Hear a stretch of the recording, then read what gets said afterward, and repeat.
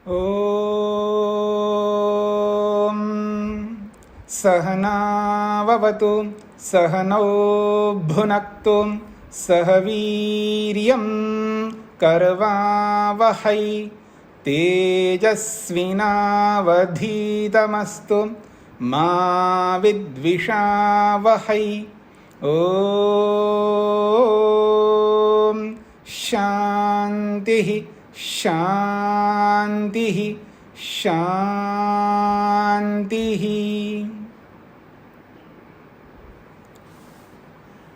योग दर्शन का द्वितीय दिन।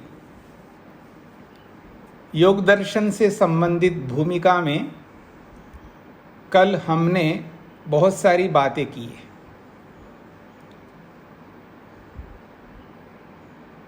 उस भूमिका का अवशिष्ट कुछ बातें और हैं, उनको करके हम आगे बढ़ेंगे। जैसा कि स्पष्ट किया है कि इस योग में 4 विभाग हैं, उन विभागों का नाम पाद रखा है और हर पाद का अपना एक विशिष्ट नाम दिया है और उन नामों की चर्चा संक्षेप से आपके सामने की है। और इन 4 विभागों में जो सूत्र हैं उनको भी समझने का प्रयत्न करते हैं। जो आप में से जितने लोग मुझसे दर्शन या उपनिषद पढ़े हैं उनको ये पता है, या जिन्होंने अभी अभी धर्म सूत्र पूरा किया है उनको भी पता है सूत्र किसे कहते हैं। क्योंकि योग में सूत्रों की चर्चा होगी, सूत्रों की व्याख्या होगी, तो पहले सूत्र शब्द को भी आप समझ लीजिएगा। सूत्र किसे कहते हैं विस्तार से नहीं कहूँगा, इसके लिए बहुत समय भी लगेगा। जिनको हम व्याकरण आदि शास्त्र पढ़ाते हैं, भाषा विज्ञान को पढ़ाते हैं, वहाँ पर विस्तार से इसको बताते हैं, शब्द की उत्पत्ति के साथ में बताते हैं। यहाँ आपको इतना ही समझना है, सूत्र का अर्थ है संक्षेप। सूत्र शब्द का जो मोटा अर्थ है, लौकिक अर्थ है धागा। धागे को सूत्र कहते हैं, ये लौकिक अर्थ है। पर यहाँ सूत्र का अर्थ धागा नहीं है, यहाँ सूत्र का अर्थ है संक्षेप। किसका संक्षेप? संसार में अलग अलग विषय हैं, छोटे से छोटे विषय से लेकर के बड़े से बड़े विषय हैं। चाहे वो आत्मा के संदर्भ में हो या परमात्मा के संदर्भ में हो, चाहे वो प्रकृति सत्व रज तम के संदर्भ में हो, बहुत सारे विषय हैं। उन बहुत सारे विषयों को कम शब्दों में प्रस्तुत करना, कम से कम शब्दों में उनको अभिव्यक्त करना। विषय बहुत बड़ा है, व्यापक है। उस व्यापक विषय को संक्षिप्त करके उसको बहुत कम शब्दों में उस पूरे व्यापक विषय को अभिव्यक्त किया जाता है, प्रकट किया जाता है। उसका नाम है सूत्र। बड़े से बड़े विषय को बहुत कम शब्दों में अभिव्यक्त किया जाता है और उन शब्दों में वो पूरा इतना बड़ा विषय स्पष्ट हो जाता है, प्रकट हो जाता है। उसी का नाम है सूत्र। तो इस योग के जो सूत्र हैं, इन सूत्रों में बहुत बड़ा विषय है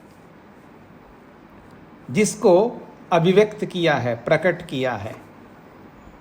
कितना बड़ा विषय है ये आप इस पूरे सूत्रों को पढ़ते पढ़ते आपके सामने आएगा। इस योग के सूत्रों में हमारे संपूर्ण जीवन को प्रस्तुत किया है, संपूर्ण सृष्टि को प्रस्तुत किया है, संपूर्ण पदार्थों को स्पष्ट किया है। यानी मैं एक वाक्य में बोलूं, सर्वस्व को प्रस्तुत किया है इन सूत्रों में, कुछ बचा नहीं है। तो इतने सारे बड़े विषयों को कम शब्दों में प्रकट करना ये ऋषियों की विशेषता है।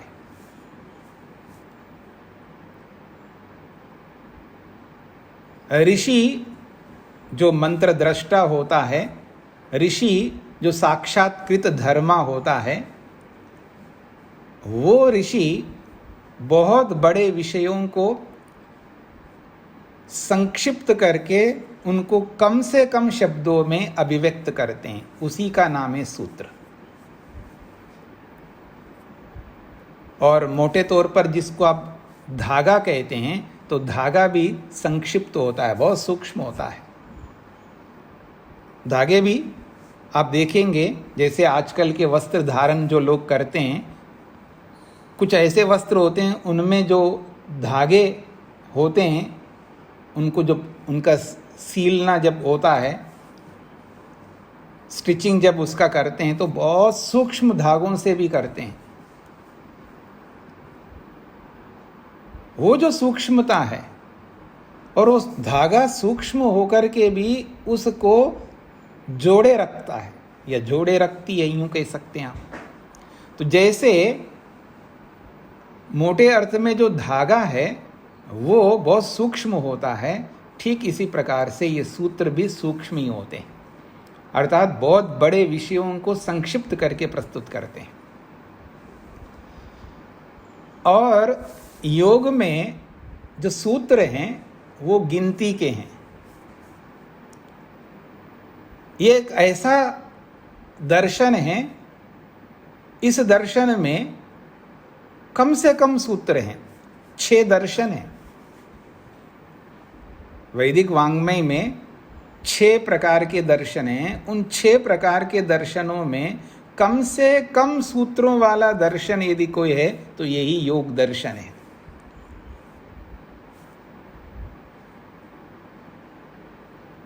और अधिक से अधिक सूत्रों वाला यदि कोई दर्शन है तो वो मीमांसा दर्शन है।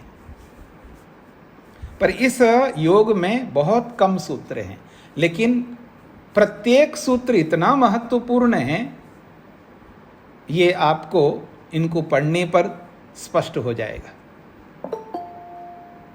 अब यहां पर आप देखिएगा, कल हमने चर्चा की है, पहला विभाग है, पहला पाद है जिसको समाधि पाद कहा है। और समाधि पाद में जो समाधि है और समाधि का जो स्वरूप है और समाधि के जो प्रकार हैं, जिन समाधियों के माध्यम से योगी, योगाभ्यास करने वाला व्यक्ति योग को अपना करके जितने तत्वों का, जितने पदार्थों का दर्शन साक्षात्कार करता है,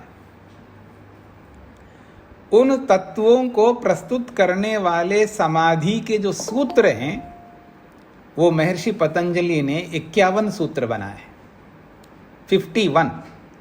51 सूत्रों में संपूर्ण समाधि के तत्वों को उन्होंने प्रस्तुत किया है। दूसरा जो पाद है जिसका नाम है साधन पाद, उस समाधि को प्राप्त करने के जो साधन होते हैं, समाधि को प्राप्त कराने के जो माध्यम होते हैं, उन माध्यमों को प्रस्तुत किया है दूसरे पाद में, इसलिए उसका नाम साधन पाद रखा है। और वो जो साधन हैं वो इतने प्रकार के साधन हैं, इतने प्रकार के साधन हैं, दुनिया में कितने साधन हो सकते हैं, उन संपूर्ण साधनों को जो इस समाधि को दिलाने वाले, समाधि को प्राप्त कराने वाले साधन हैं, ऐसा कोई साधन बचा नहीं है जो महर्षि पतंजलि ने नहीं बताया हो। समाधि को प्राप्त करने के कितने साधन हो सकते हैं, उन सारे साधनों को यहाँ स्पष्ट किया है। कोई ऐसा साधन नहीं रहा कि अजी ये साधन रह गया, ऐसा नहीं है। उन संपूर्ण साधनों को उन्होंने साधन पाद में प्रस्तुत किया है। और उन सारे साधनों को बताने वाले जो सूत्र है वो 55 सूत्र हैं। इन 55 सूत्रों में सभी साधनों को महर्षि पतंजलि ने बताया है। अगला जो पाद है उसका नाम है विभूति पाद, जिसमें उपलब्धि, लाभ, सिद्धि बताई गई है। मनुष्य को बहुत सारे लाभ मिलते हैं, अलग अलग प्रकार के लाभ। और एक बात बीच में मैं ये कह दूं, मनुष्य को ये समझ नहीं हो पाता है, ये समझ नहीं रखता है, ये विवेक नहीं रखता है कि मैं कितने लाभ ले रहा हूं। उसको ये एहसास नहीं होता है। वो जिनके साथ भी जुड़ा रहता है, माता पिता, पति पत्नी, ये जितने भी हमारे संबंध हैं, जिन लोगों के साथ हम जीते हैं, और उन लोगों से हम कितने लाभ ले रहे हैं, कितनी उपलब्धियां ले रहे हैं, उसका एहसास, उसका अनुभव व्यक्ति को नहीं होता है। और जब ये एहसास करेगा तो याद रखना, वो कभी लड़ाई नहीं करेगा उनसे। ये जो लड़ता है ना, किसी से भी जो लड़ता है, उस लड़ने के पीछे एक बहुत बड़ा कारण है, उसको ये एहसास नहीं है कि उस व्यक्ति से जिससे मैं लड़ रहा हूं उसे कितना लाभ लिया, कितना लाभ लूंगा और कितना लाभ ले रहा हूं, इसका दिग्दर्शन उसको नहीं है, इसलिए वो लड़ रहा है। तो ऐसे ही यहां पर योग में हम कितने लाभ ले सकते हैं, वो सारे के सारे लाभों को, उन सिद्धियों को तीसरे पाद में प्रस्तुत किया है। उसको विभूति पाद कहते हैं। और वो जो विभूतियां हैं, वो जो सिद्धियां हैं, जो लाभ हैं, उन लाभों को 55 सूत्रों में प्रस्तुत किया है महर्षि पतंजलि ने। 55 सूत्रों में सारे लाभों को प्रस्तुत किया है। कोई ऐसा लाभ नहीं बचा रहेगा जो लाभ हमको ना मिले और हमारा प्रयोजन पूरा ना हो, ऐसा कोई लाभ नहीं रहा। उन सारे लाभों को प्रस्तुत किया है यहाँ पर 55 सूत्रों में। अंतिम पाद है जिसका नाम है कैवल्य पाद।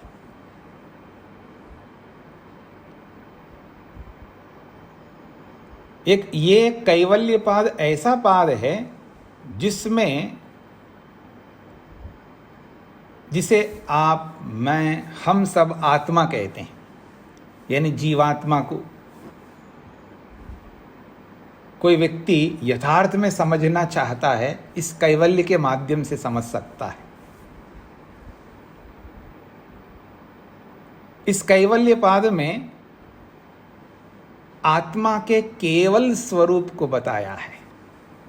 आत्मा का केवल स्वरूप का मतलब यह है, विशुद्ध रूप में आत्मा का जो स्वरूप है उसको अमूमन व्यक्ति नहीं समझता है, प्राय नहीं समझता है।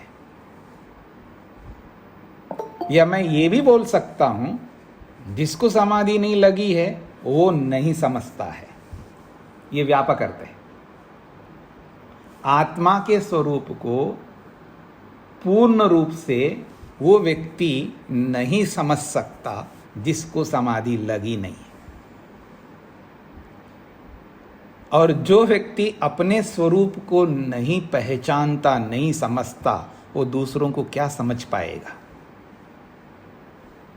तो आत्मा का स्वरूप, आत्मा का केवल स्वरूप, केवल आत्मा, उसके साथ कुछ भी ऐड नहीं कर सकते आप, उस आत्मा के साथ कुछ भी नहीं जोड़ सकते आप। उस आत्मा के साथ न बुद्धि को, न अहंकार को, न मन को, न इंद्रियों को, न शरीर को, कुछ भी नहीं जोड़ सकते, केवल आत्मा। और उस केवल आत्मा का जो स्वरूप है, उसका एहसास, उसकी अनुभूति किस प्रकार की होती है, इसका वर्णन इस कैवल्य पाद में किया है। और इसका नाम ही ये रखा है, केवल होना, अकेला होना।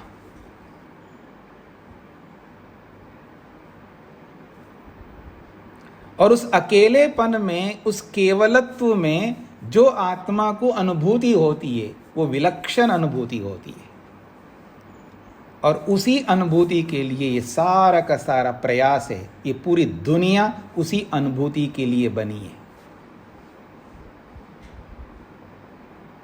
और उस केवलत्व को बताने के लिए यहाँ पर इस पाद में 34 सूत्र बनाए, 34।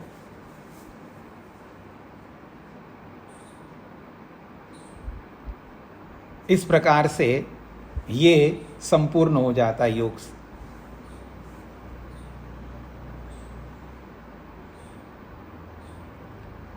तो कितने सूत्र हो गए हैं वो आप गणना कर लीजिएगा। तो आइए इस योग को जो प्रस्तुत करने वाले महर्षि पतंजलि है, सभी लोग सुनते हैं आजकल, दो बहुत प्रसिद्ध हो गए हमारे पतंजलि महाराज, योगी राज। पूरा संसार, पूरी दुनिया में पतंजलि का नाम व्याप्त हो रहा है। बहुत अच्छी बात है, ये हम सब के लिए गर्व की बात है। और महर्षि पतंजलि ने इस योग को प्रस्तुत किया है। इसका ये अर्थ नहीं है कि महर्षि पतंजलि ने ही प्रस्तुत किया, उससे पहले किसी और ने नहीं किया है। योग तो शाश्वत है, अनादि है। पर यहाँ पर हमारे सामने, हमारे लिए, हमारे निकट में यही एक ऐसा शास्त्र है जो योग को यथार्थ रूप में प्रस्तुत करने वाला है। इसके अतिरिक्त और कोई ऐसा शास्त्र नहीं है जो योग के यथार्थ स्वरूप को, जिस रूप में महर्षि पतंजलि ने प्रकट किया है, इस रूप में प्रकट करता हो। इसलिए सभी ऋषि लोगों ने जब योग की बात आई है तो उन्होंने स्पष्ट कह दिया है कि जो महर्षि पतंजलि का योग है उससे योग के बारे में समझ लेना। और जितने भी योग के प्रकारों को लेकर के दुनिया में लोग चलते हैं, अलग अलग योग बनाए हैं लोगों ने, पता नहीं कितने योग बनाए होंगे आज। वो सभी लोग योग के संदर्भ में आधार के रूप में पतंजलि को स्वीकार किए बिना नहीं रह सकते। जितने भी योग के प्रकार लोगों ने बनाए हों, उन सभी प्रकारों में पतंजलि को जोड़ना ही होगा उनको। उसके बिना उनका योग योग के रूप में प्रकट ही नहीं हो सकता। तो सबका आधार पतंजलि है। तो इसलिए योग के क्षेत्र में अगर कोई प्रमाणिक है तो वो महर्षि पतंजलि का बताया गया योग है। और ये जो योग है ये सूत्रों के रूप में बहुत संक्षेप में बताया है। आप देख सकते हैं 195 सूत्र हैं इस योग में, 195 सूत्र है। 51, 55, 55 और 34, इतने ही होंगे ना, 191। इतने सूत्रों में योग को जो प्रस्तुत किया है महर्षि पतंजलि ने, और इन सूत्रों को समझना इतना आसान नहीं है, बहुत कठिन है। भाषा सरल है, विषय बहुत गंभीर है। इस गंभीर विषय को हम सबके लिए बहुत सरल कर दिया है इन सूत्रों की व्याख्या करके। और योग की जो व्याख्या है वो एक ने नहीं, न जाने कितने लोगों ने किया होगा। उन सभी व्याख्याओं में महर्षि वेदव्यास की जो व्याख्या है वो बहुत महत्वपूर्ण व्याख्या है। इन योग सूत्रों पर जो व्याख्या है, इसकी जो वृत्ति है, इन सूत्रों को जो एक्सप्लेन किया है, और जितने भी एक्सप्लेन करने वाले हुए होंगे उन सब में सर्वोत्कृष्ट व्याख्या करने वाले महर्षि वेदव्यास हैं। उन्होंने इन सूत्रों पर जो व्याख्या की है, उस व्याख्या को पढ़ने से, उसको समझने से पता लगता है किस रूप में उन्होंने इन सूत्रों की व्याख्या की है, किस अद्भुतता के साथ में उन्होंने व्याख्या की है, किस स्पष्टीकरण के साथ में उन्होंने व्याख्या की है। और इस व्याख्या को पढ़ने से ये स्पष्ट हो जाता है कि उस व्याख्या के आधार पर यदि हम लोग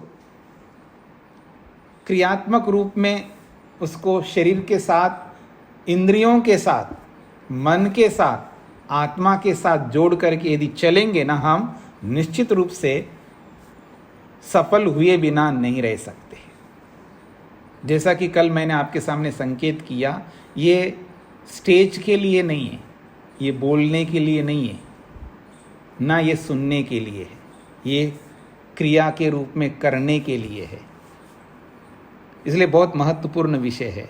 महर्षि वेदव्यास ने इन सूत्रों की जिस रूप में व्याख्या की है, जिस रूप में उन्होंने एक्सप्लेन किया, विस्तार करके समझाने का प्रयास किया इन सूत्रों को, और इन सूत्रों के इस भाष्य को व्यास भाष्य के नाम से बोला जाता है।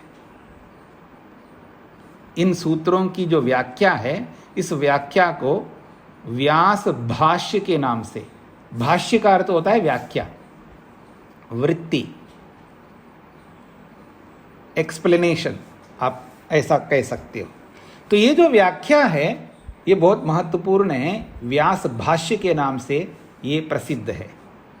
इसलिए जब योग पर वृत्ति या भाष्य का नाम आता है तो सर्वप्रथम महर्षि वेदव्यास की व्याख्या ही आती है। इससे उत्तम वर्तमान में और कोई भाष्य नहीं है। और ऋषि का भाष्य है तो ये हम सबके लिए प्रमाण है, क्योंकि सभी ऋषि प्रमाण होते हैं। अगर कोई ऋषि कुछ कहता हो और वो बात अप्रमाण लग रही हो तो आपके और मेरे कहने से वो अप्रमाण नहीं होगा। यदि वो बात वेद के अनुकूल है तो वो प्रमाण है, और वो वेद के विपरीत है तो अप्रमाण हो जाएगा। पर इसका निर्धारण करना इतना सरल नहीं है। बहुत सारे शास्त्रों को पढ़ने के बाद ही इसका निर्धारण हो पाएगा। तो महर्षि वेदव्यास का जो भाष्य है ये प्रमाणिक इसलिए माना जाता है क्योंकि वो ऋषि का भाष्य है, और वेदव्यास तो बहुत प्रसिद्ध हैं, आप सब जानते हैं।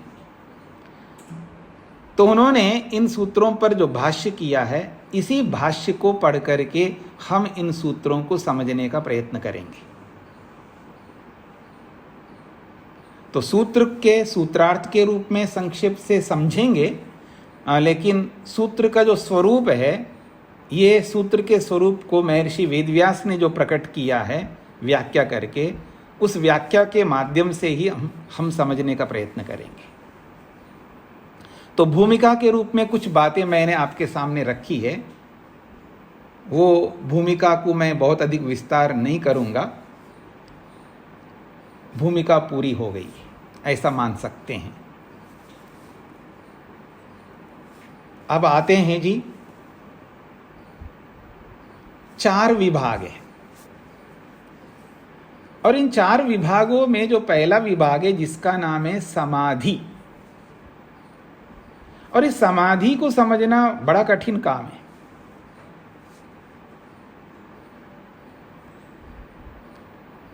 और उसके बाद साधन है, और उस साधनों को समझना बड़ा सरल है। जिस समाधि के वो साधन हैं, उन साधनों को आसानी से समझ सकते हैं।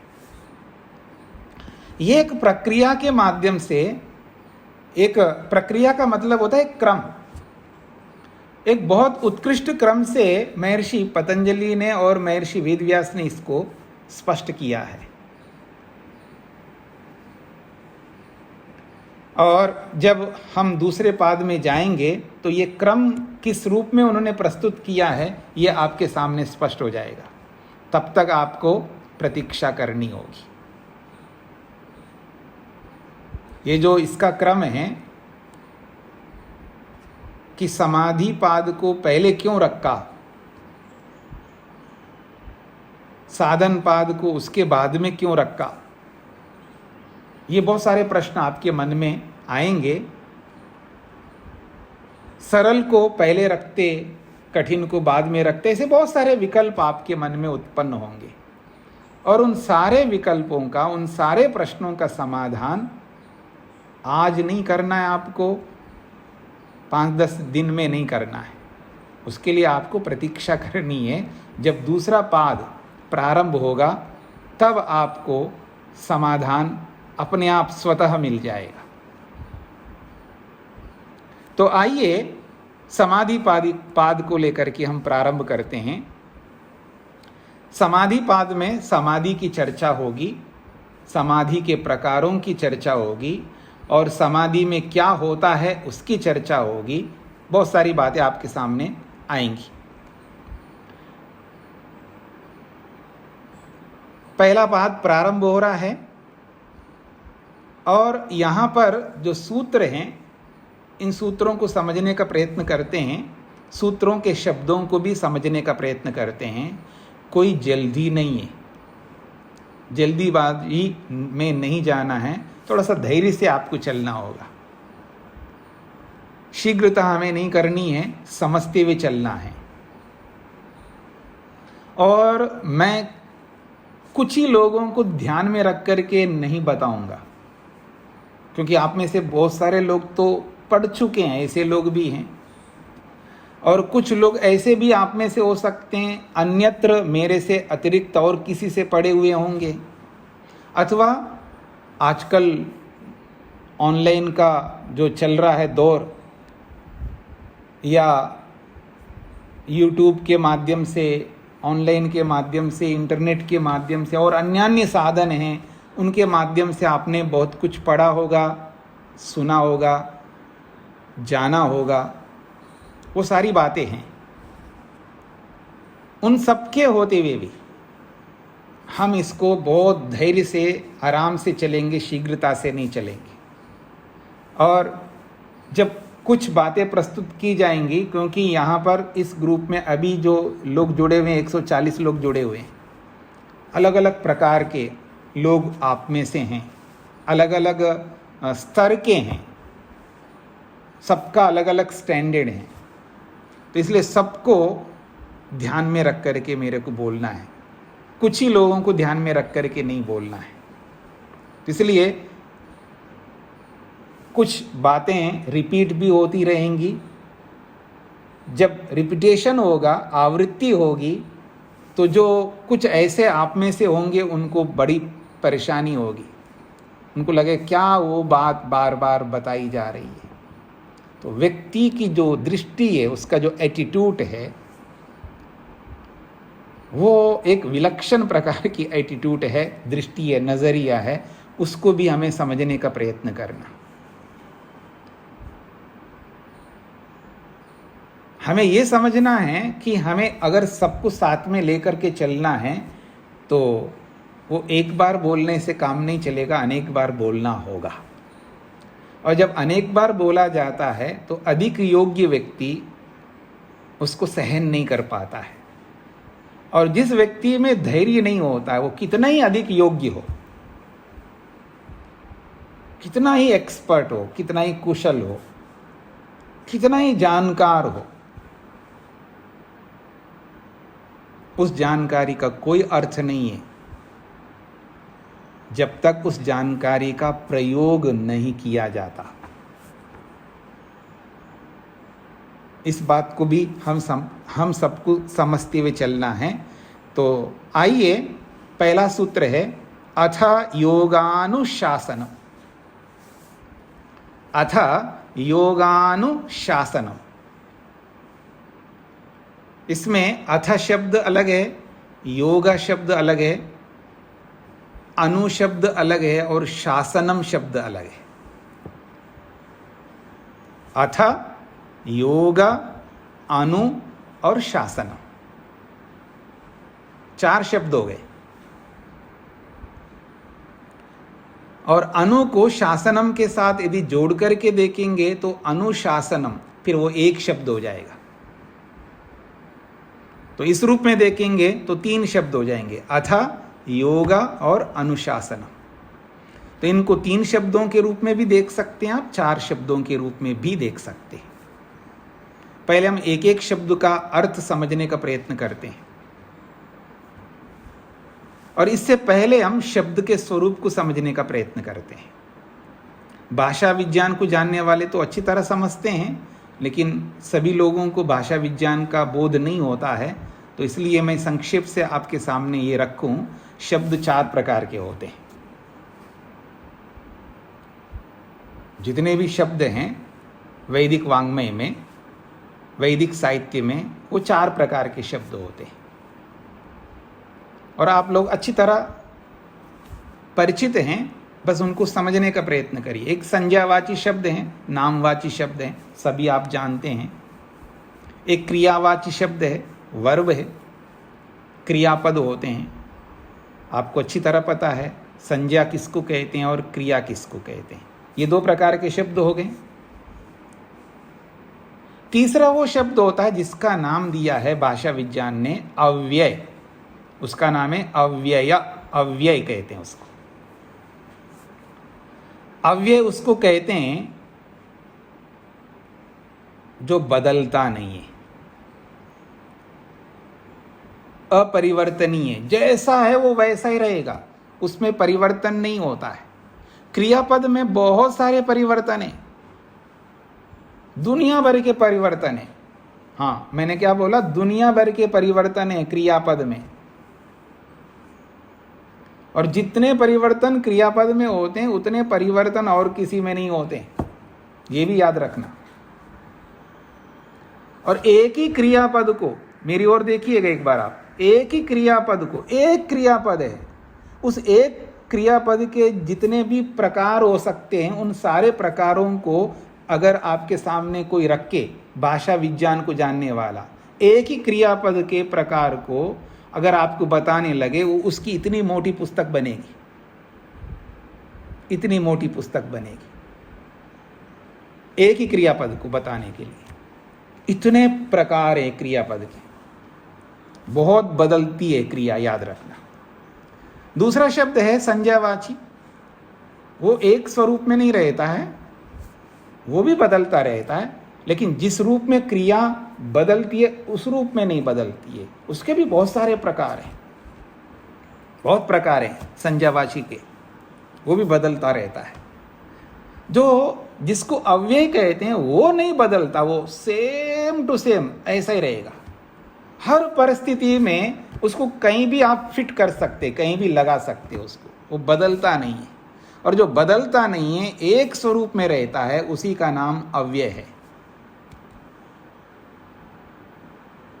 और उसके साथ में आपको ये भी समझना है, जो शब्द होते हैं जिसको विशेष करके आप संज्ञावाची शब्द कहते हैं, नामवाची शब्द कहते हैं, उन शब्दों के लिंग होते हैं। जैसे मनुष्यों के लिंग होते हैं ना, प्राणियों के लिंग होते हैं। प्राणियों में 3 प्रकार के लिंग होते हैं, किसी को आप पुरुष कहते हो, किसी को आप स्त्री कहते हो, किसी को आप नपुंसक कहते हो। तो प्राणियों के लिंग होते हैं, ऐसे शब्दों के भी लिंग होते हैं। कोई शब्द पुल्लिंग में होता है, कोई शब्द स्त्रीलिंग में होता है, कोई शब्द नपुंसक लिंग में होता है। ये संज्ञावाची शब्दों के लिंग बता रहा हूं मैं आपको। लेकिन जिसको अव्यय कहते हैं उनका कोई लिंग नहीं होता है, कोई लिंग नहीं होता है, इसलिए वो किसी के साथ भी जुड़ सकते हैं। उसका नाम है अव्यय। 3 प्रकार हो गए शब्दों के। चौथा प्रकार है जिसको उपसर्ग कहते हैं, बहुत महत्वपूर्ण होता है। और ये जो उपसर्ग जो होते हैं, ये क्रिया के विशेषण के रूप में होते हैं। जिनको उपसर्ग कहते हैं, ये उपसर्ग क्रिया के विशेषण के रूप में प्रयुक्त होते हैं। और ये उपसर्ग कहीं कहीं पर संज्ञावाची शब्दों के साथ भी जुड़ जाते हैं, जैसा कि यहां अनुशासन में जुड़ा है। अनु जो है ये उपसर्ग है, अनु शब्द है, ये उपसर्ग है, लेकिन यहां संज्ञावाची शब्द के साथ भी जुड़ा है।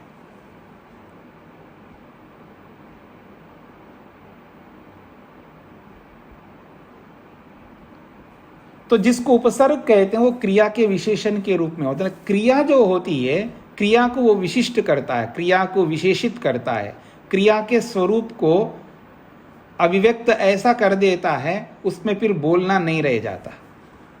किसी क्रिया को उत्कृष्ट बताना हो या किसी क्रिया को निकृष्ट बताना हो, ये उपसर्ग काम आते हैं वहां पर।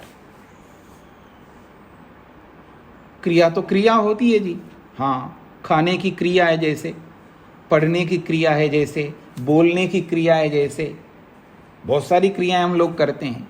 और उन क्रियाओं को अभिव्यक्त करने वाले जो क्रियावाची शब्द होते हैं, और उन शब्दों के साथ में जब उपसर्ग जुड़ जाते हैं तो उन क्रियाओं को विशिष्ट कर देते हैं, अच्छे अर्थ में और बुरे अर्थ में, उनको उपसर्ग कहते हैं। तो ये 4 प्रकार के शब्द होते हैं। ये इसलिए बताना पड़ा है क्योंकि यहाँ पर अथ शब्द आया है। ये अथ शब्द न तो संज्ञावाची है, न क्रियावाची है और न उपसर्ग है। ये अथ शब्द यहाँ अव्यय है, और इसको बताने के लिए इतनी सारी बातें मैंने आपके सामने रखी है। अब आपको आसान हो जाएगा अथ शब्द को समझने में। और ये जो अथ शब्द है ये बहुत महत्वपूर्ण है। ये जो अथ शब्द आया है ये बहुत महत्वपूर्ण है, और ये अथ शब्द शास्त्रों में बहुत आता है। और इस अथ शब्द के बहुत सारे अर्थ हैं, और उन बहुत सारे अर्थों में कुछ अर्थ मैं आपके सामने रखूंगा। इसलिए रखना है क्योंकि यहां पर अथ शब्द के जो बहुत सारे अर्थों में से कौन सा अर्थ इस सूत्र में लिया गया है ये हम सबको समझना है। अथ शब्द के बहुत सारे अर्थ हैं, उन बहुत सारे अर्थों में से कौन सा अर्थ यहां पर लेना है ये बहुत महत्वपूर्ण है। और यहां कौन से अर्थ को लिया गया है यहां पर इस अथ शब्द का अर्थ, वो हम सबको उन कुछ अर्थों को समझ करके ही यहां पर हम समझ पाएंगे। तो आइए अथ शब्द का एक अर्थ आपके सामने रख रहा हूं। ये जो अथ शब्द जो होता है ये मंगल अर्थ को बताने के लिए आता है। मंगल अर्थ समझते हैं आप लोग? सबका मंगल हो, अर्थात सबका कल्याण हो, आपका मंगल हो, आपका कल्याण हो। आप बोलते हैं ना आपका शुभ हो।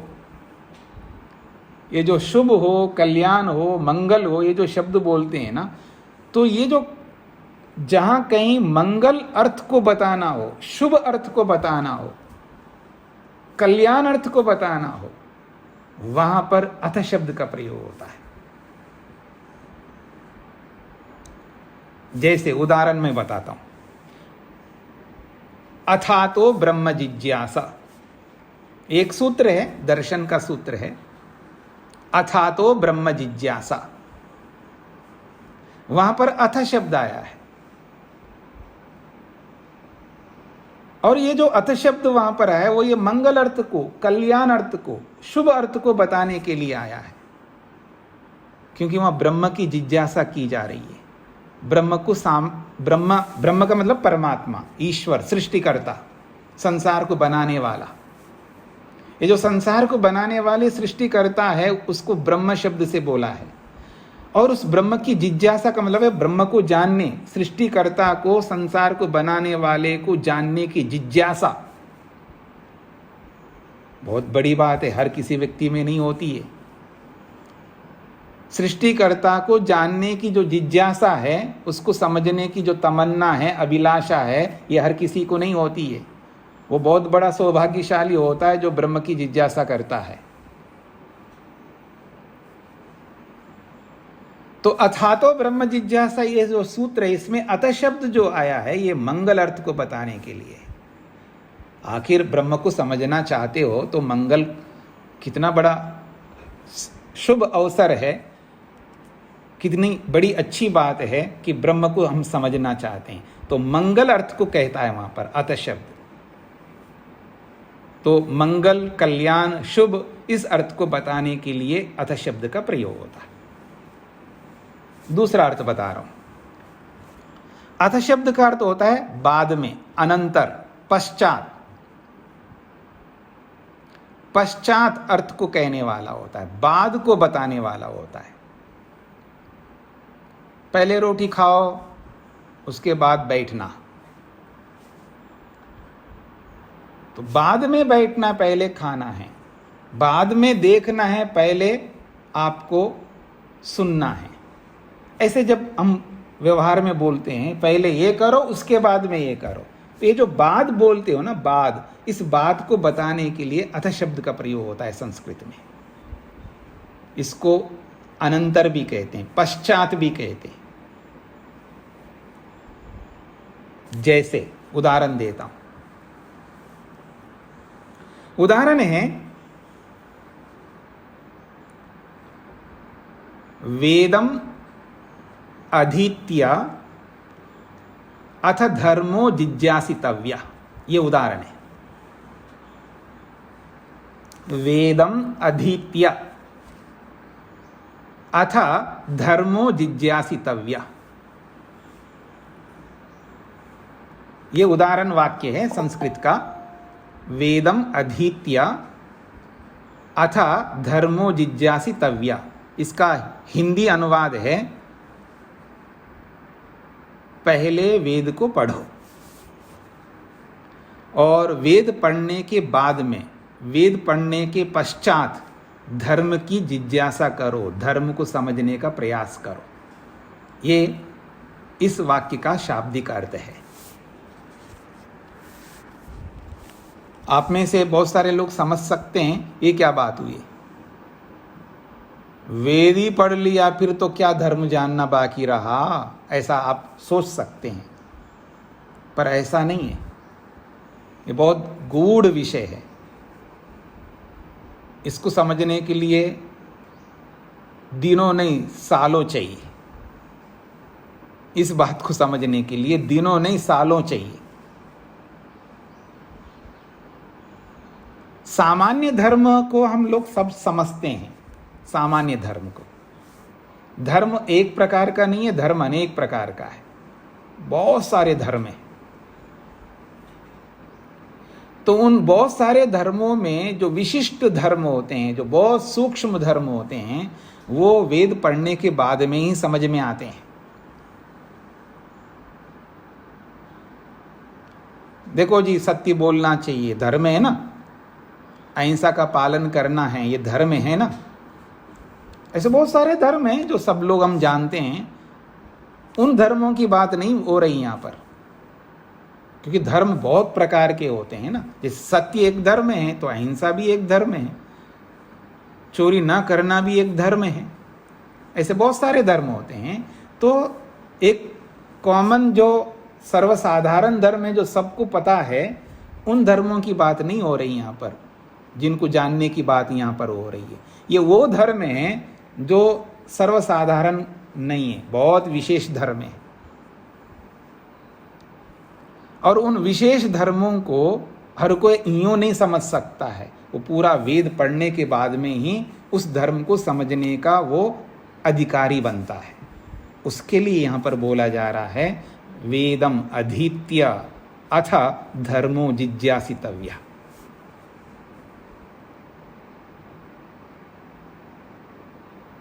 ये कोई मेरी अपनी बात नहीं है, तो ये ऋषि की बात कह रहा हूं।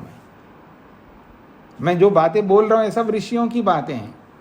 ये याद रखना, कभी आपके मन में ये ना आए कि बाबा जी पता नहीं क्या बोल रहे हैं और हम कैसे माने। ये सब ऋषियों की बातें हैं जो मैं आपके सामने प्रस्तुत कर रहा हूं।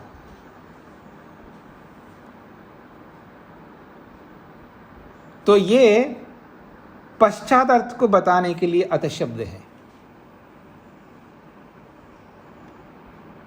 तीसरा अर्थ बता रहा हूं आपके सामने जो बहुत महत्वपूर्ण है।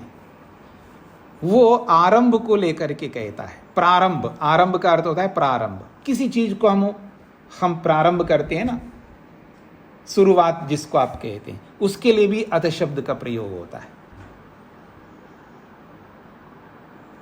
जहाँ कहीं प्रारंभ करना हो, शुरुआत करना हो, उसके लिए भी ये अथ शब्द का प्रयोग होता है। जैसे मैं बोलूं अथ अध्येतव्यः, अथ अध्येतव्यः, इसका अर्थ है पढ़ना चाहिए, पढ़ना प्रारंभ करना चाहिए। आज का मनुष्य इतना आलस्य में चला गया है, इतनी आलसी बन गया है, वो विद्या प्राप्त नहीं करना चाहता है, विद्या को आरंभ नहीं करना चाहता है। विद्या जो है एक प्रकार की नहीं है ना, विद्या अनेक प्रकार की है। और जितनी अधिक विद्या वो प्राप्त करेगा, जितने प्रकारों से युक्त रहेगा, विद्या के अनेक प्रकारों से युक्त, जो जितने अधिक विद्याओं के प्रकारों को जो जानता है, वो उतना ही शीघ्र आगे बढ़ता है जीवन में। तो कहा अथ अध्येतव्य का मतलब है अब पढ़ना चाहिए। ये बोलते हैं ना स्वाध्याय करो, स्वाध्याय, मनुष्य जो है स्वाध्याय करना बंद कर दिया उसने। जितना अधिक जीवन में अधर्म उतना ही कम स्वाध्याय। जो जितना अधिक अधर्म करता है समझ लेना उसके जीवन में स्वाध्याय नहीं रहा, या स्वाध्याय बहुत कम हो गया। जो जितना ज्यादा स्वाध्याय करेगा वो अधर्म से वो स्वाध्याय बचाता है उसको। कैसा बचाता है ये भी समझने योग्य बात है।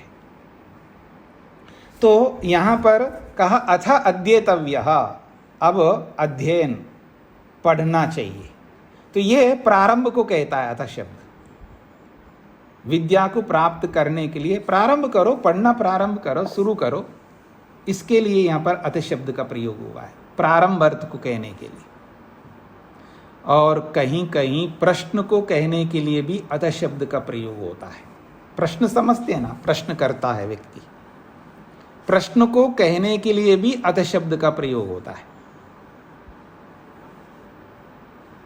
इसका उदाहरण मैं देता हूं, अथ वक्तुम समर्थो नावा, अथ वक्तुम समर्थो नावा, यह संस्कृत का वाक्य है, सामान्य सरल वाक्य है। अथ वक्तुम समर्थो नावा, ये बोलने में सक्षम है अथवा नहीं है, ये बोल सकता है या नहीं बोल सकता है, ये प्रश्न है ना। मैं किसी के लिए आप बोल सकते, क्या ये बोल सकता है या नहीं बोल सकता है। व्यवहार में आप लोग करते हैं ना जी, किसी को आप आगे करते, जाओ जाओ बोलो, पापा को बोलो। डरते हैं कुछ लोग अपने पिता से, कोई पिता से डरते हैं, कोई सास से डरती हैं, कोई बहू से डरती है, कोई भाई से डरता है, कोई बहन से, ऐसे अलग अलग, कोई गुरु से डरते हैं, कोई राजा से डरते हैं। ऐसे अलग अलग स्वरूप है मनुष्यों के। और कुछ पूछना हो वो डरते हैं। तो उस संदर्भ में ये प्रश्न है, उस संदर्भ में ये वाक्य अथ वक्तुम समर्थो नावा, ये बोल सकता है या नहीं बोल सकता है, ये प्रश्न को अभिव्यक्त करता है। ये वाक्य जो है, इस वाक्य में क्या झलकता है, प्रश्न झलकता है। तो ये अथ शब्द प्रश्न को कहने वाला है। अथ जो प्रयोग हुआ है इस वाक्य में, ये अथ शब्द से पता लगता है ये अथ किस लिए आया है, तो प्रश्न करने के लिए आया है, ये बताता है ये वाक्य। अथ वक्तुम समर्थो नावा, ये आदमी बोल सकता है अथवा नहीं बोल सकता है, ये क्या है, प्रश्नवाचक वाक्य है। तो प्रश्न को कहने के लिए भी अथ शब्द का प्रयोग होता है। अगली बात बहुत महत्वपूर्ण है। अथ शब्द का प्रयोग हो संपूर्णता को बताने के लिए भी होता है। अथ शब्द का ऐसा प्रयोग होता है जहां उस प्रयोग से संपूर्णता अभिव्यक्त हो जाती है, पूर्णता, परिपूर्णता, अब कुछ बचा नहीं है। उस परिपूर्णता को बताने के लिए अथ शब्द का प्रयोग होता है। जैसे अथ वेदार्थम ब्रूम, अथ वेदार्थम ब्रूमः। ये वाक्य महर्षि स्वामी दयानंद सरस्वती जी का है। वो ये कहते हैं अथ वेदार्थम ब्रूमः। वो कहते हैं मैं वेद के संपूर्ण अर्थ को कहना चाहता हूं।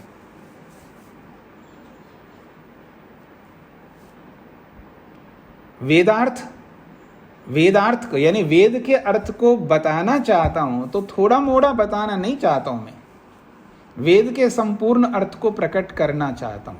ये हम सबका दुर्भाग्य रहा है कि वो ऋषि नहीं रहे हमारे बीच में। अगर वो थोड़ा सा ज़्यादा जीते तो वो चारों वेदों का भाष्य कर देते। वो नहीं कर पाए। तो वेदार्थ अथ वेदार्थम ब्रूम का ये शब्द, ये वाक्य ये कह रहा है, संपूर्णता को प्रस्तुत कर रहा है। वेदार्थ जो है, वेद का जो अर्थ है, वो परिपूर्णता के रूप में यहां प्रस्तुत किया है। संपूर्ण वेद के अर्थ को कहना चाहता हूं, इस बात को अभिव्यक्त करता है यह वाक्य, अथ वेदार्थम ब्रूम। तो कहीं पूर्णता को कहने के लिए अथ शब्द का प्रयोग होता है। बहुत सारे अर्थ बताए जी मैंने आपके सामने। अब एक और अर्थ बताना चाहूंगा। एक और अर्थ है जिसको कहते हैं अधिकार को बताने वाला है। अधिकार, और इसका उदाहरण है अथ योगानुशासनम। इसका उदाहरण है अथ योगानुशासनम, जो इस योग का पहला सूत्र है। यहां अथ शब्द जो आया है, न तो मंगल अर्थ को बताने के लिए आया है। यहां जो अथ शब्द आया है, ये पश्चात अर्थ को बताने के लिए नहीं आया है। यहां इस सूत्र में जो अथ शब्द है, ये प्रारंभ को बताने के लिए नहीं आया है। यहां ये अथ शब्द जो आया है, ये प्रश्न अर्थ को बताने के लिए नहीं आया है। यहां सूत्र में जो अथ शब्द आया है, ये संपूर्णता को बताने के लिए नहीं आया है। यहाँ अथ शब्द जो प्रयोग में आया है सूत्र में, ये अधिकार को बताने के लिए आया है। और आपसे बेहतर कौन होंगे जो इस बात को नहीं समझते, अधिकार को? आप में से कोई ऐसे हैं जो अधिकार को नहीं समझते? आप सब समझते हैं अपने अपने अधिकार को। पत्नी को ये पता है मेरा क्या अधिकार है, पति को ये पता है मेरा क्या अधिकार है, पिता को ये पता है मेरा क्या अधिकार है। सबके अपने अपने अधिकार होते हैं, याद रखना। मैं अधिकार को प्रस्तुत कर रहा हूं। अधिकार क्या होता है? आप बोलते हैं ना, देखो जी ये मेरे अधिकार में नहीं है, उनसे जाके पूछो। बोलते नहीं बोलते आप? ये मेरे अधिकार में नहीं आता है, ये उनसे जाके पूछेगा, शायद उनको पता होगा। आप जानते अच्छी तरह अपने अधिकार को। क्या है ये अधिकार? परिधि, क्षेत्र। क्या है ये अधिकार? ये परिधि एक क्षेत्र है।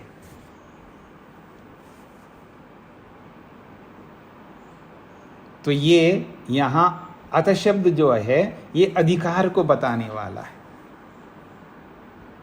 ये अथ शब्द ये कहना चाहता है कि ये ऐसा अधिकार को प्रस्तुत कर रहा है, एक ऐसा क्षेत्र को प्रस्तुत कर रहा है, उसी क्षेत्र में रह करके बात होगी।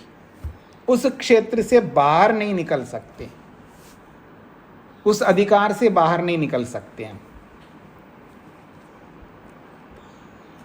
हाँ जी, आप में से कोई किसी समाज के प्रधान हो सकते हैं, किसी समाज के मंत्री हो सकते हैं, किसी संस्था के हो सकते हैं, या किसी विभाग के हो सकते हैं।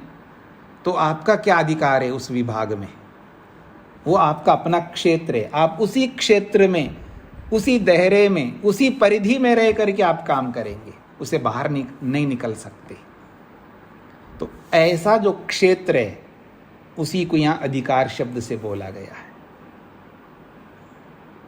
और यहाँ क्या है अधिकार? या केवल केवल केवल योग का अधिकार है।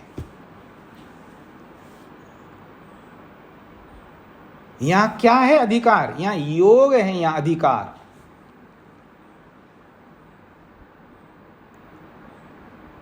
योग ही यहां अधिकार है, योग ही क्षेत्र है। अब जो भी बात होगी योग से संबंधित बात होगी, योग से बाहर निकल करके कोई बात नहीं होगी। ये वो अधिकार है, ये वो क्षेत्र है। तो अथ का अर्थ है अधिकार। जो अथ शब्द के बहुत सारे अर्थ बताए हैं वो कोई अर्थ नहीं है यहां पर, केवल अधिकार अर्थ ही है यहां पर। ये कौन कहते हैं? ये महर्षि वेदव्यास कहते हैं। तो अथ शब्द का अर्थ मैंने आपके सामने स्पष्ट किया है।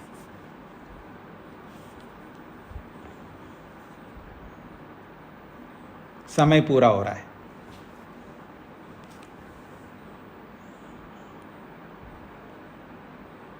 तो इसको यहीं पर विराम देते हैं।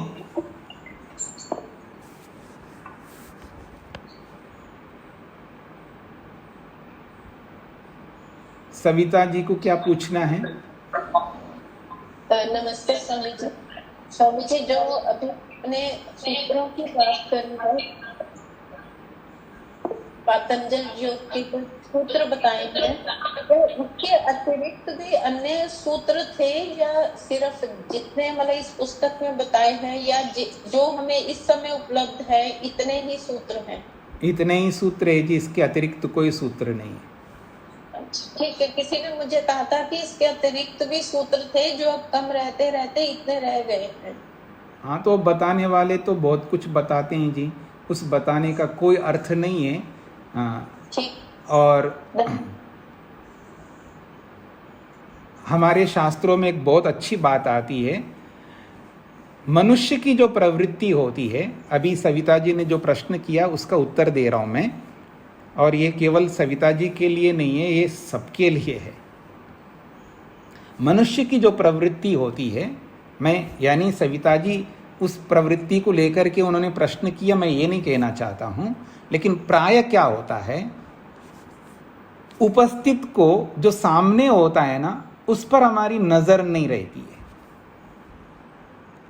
और जो हमारे सामने नहीं है उसमें हमारी नजर जा रही होती है। उसके लिए शास्त्रकार ने एक बहुत अच्छा उदाहरण दिया।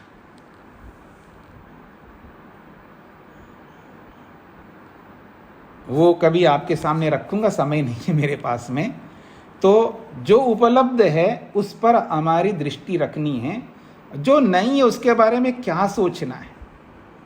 जो है ही नहीं है, जो है उसके बारे में हमको सोचना है। ये बातें आपके सामने आएंगी आगे। ये विषय सविता जी ने जो अभी बात कही है, इसका समाधान आपको अवश्य मैं दूंगा, कहीं ना कहीं ये आएगा, उसको याद आपको रखना है। तो आइए, तो इसको यहीं पर विराम दिया। हाँ जी, वर्मा जी को क्या कहना है? नमस्ते स्वामी जी। जी, अर्थ वेदार्थम द्रोमा है क्या? द्रोमा, ब्रूमा, ब्रूमा ये क्रियापद है। ब्रूमा, ब्र ब्रूमा, ब्रूमा। धन्यवाद जी। ओम शांति शांति शांति। कोई भी वाणी से नहीं बोलेंगे, सभी को नमस्ते जी।